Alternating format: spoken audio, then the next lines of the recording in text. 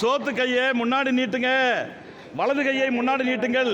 உறுதிமொழி என்பது எடுக்கும் பொழுது நாம் வந்து எந்த ஒரு மங்கள காரியத்திற்கும் நல்ல காரியத்திற்கும் வலது கை தான் எடுக்கிறோம், வலது காலை வைத்து வைன்னு சொல்கிறாங்க இல்லையா?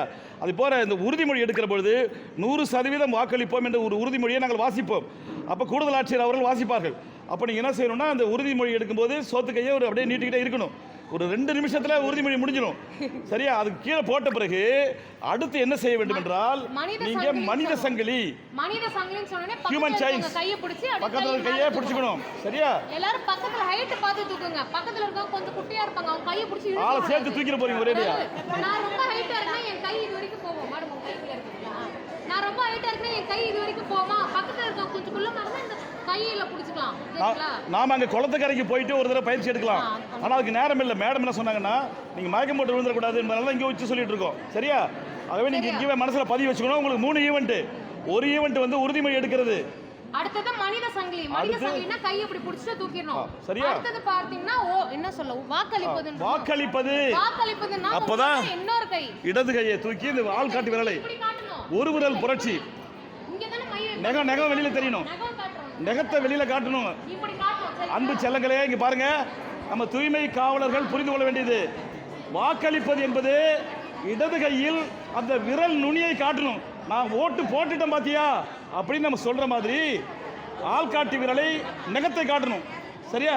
எல்லாம் காட்டுங்க, ஒரு தடவை நகத்தை காமிங்க. சரியா? Very good. இப்போ நம்ம வந்து 3 ஈவெண்ட் பண்ண போறோம்.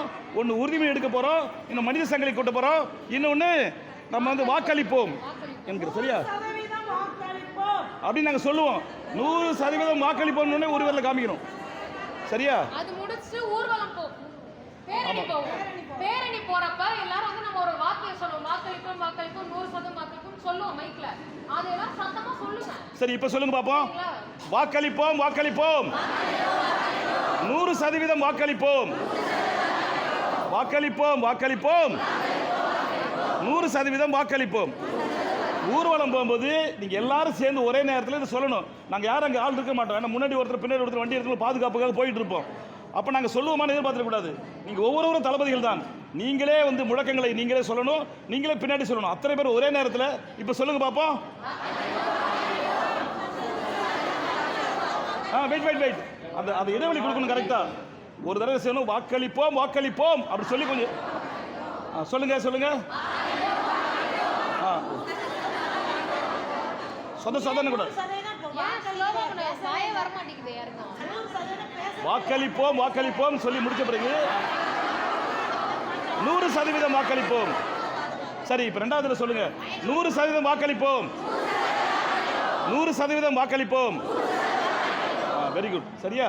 கரெக்டாக சொல்லுங்க. ஐயா சொன்ன மாதிரி எல்லாம் 100 200 பேர் இருந்துட்டு 10 பேர் மட்டும் சாப்பிட மாட்டாங்க கேட்காது. 200 பேருமே சொல்லணும். வாக்களிப்போம் வாக்களிப்போம் 100% வாக்களிப்போம்.